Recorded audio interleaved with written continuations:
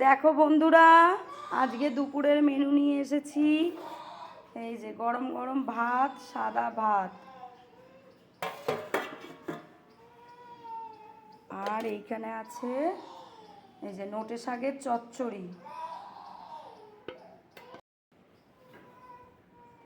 আর এই যে মুগের ডাল, ভাজা মুগের ডাল, কাঁচা মুগের নয়, ভাজা মুগের ডাল,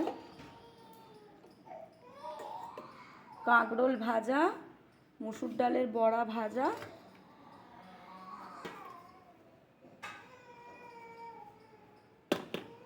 আর এই যে দেখো পটল দিয়ে আলু দিয়ে, হ্যাঁ বড়া দিয়ে, এই যে বড়া দিয়ে মাখা মাখা একটা গা মাখা মতো তরকারি।